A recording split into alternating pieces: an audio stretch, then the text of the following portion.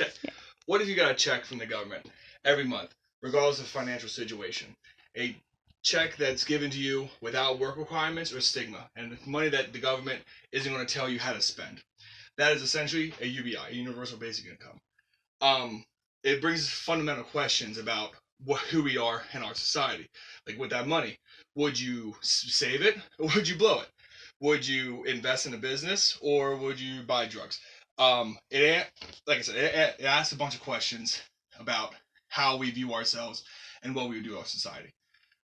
We kind of have programs like that in America, but it's referred to mostly as welfare, basically. Welfare is an effective program in that it keeps people from starving, but it's not a very good program in that it doesn't let people see their full potential, or they get trapped in a cycle of poverty because to get off of welfare, you basically have to get kicked off, or people, or like if you take a job, you'll lose all your welfare benefits, but the chances are you won't make enough in your new job to supplement what you would have lost off your benefits. So it's a very ineffective system because it leaves people in poverty. Um, sorry. And and it basically what would happen is that a UBI would replace some of the 92 different federal welfare programs and just ball them all up into one program that just cuts those administrative costs and just writes those, whatever the number would be, $600,000 a month, would just, make those checks out to every American over the age of 20 or 18. It depends. And yeah, so it would be good to replace that, especially replace systems like HUD or food stamps because they work as more of a sliding scale. I mean, the more you make, the less you'll get until you don't make anything. And that really is detrimental to the working poor because if you get a raise or you get more hours, then the government isn't going to take a 1-for-1 ratio. It's going to take incrementally more. So if you get a raise or you get more hours, you actually be making less than you would, or especially if um if that raise would bump you into a new tax bracket, you'll be making less than you would than before you raise. Under a UBI, a raise or more hours would be just that. New opportunities would just be new opportunities. You wouldn't have to do that fuzzy math that the working poor have to do. And that kind of leads us into I forgot the thesis. Anyway, the urban and rural America have been really decimated over the past 20 years because jobs have left that, and it's been replaced. Well, working class jobs have been replaced with welfare, which traps people. So replacing welfare would really benefit urban and rural America because it would allow them to use cash instead of their benefits. Like, okay, sorry. There's such thing as called food deserts.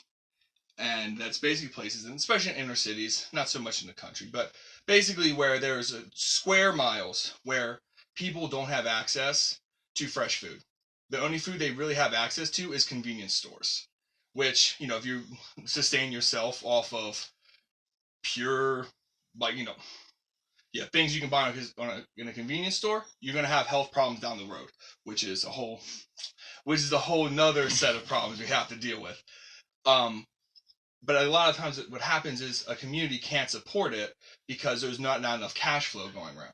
A universal basic income, there would be, well, not only small business entrepreneurship, that would be generated.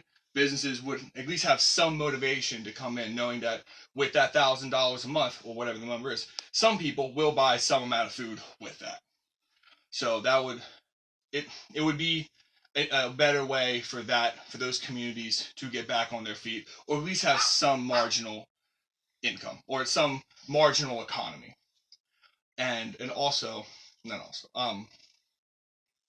what kind of relates to that as well is a lot of times what happens in poor communities, you have what I call a tick for tack economy, where it's like, I'll fix your brakes if I can get the rest of your food stamps, or I'll braid your hair if you can, if I can get your the money you get from not the money, I'm sorry, the milk you get from WIC, something like that, like an action, a service for something provided with government entitlements.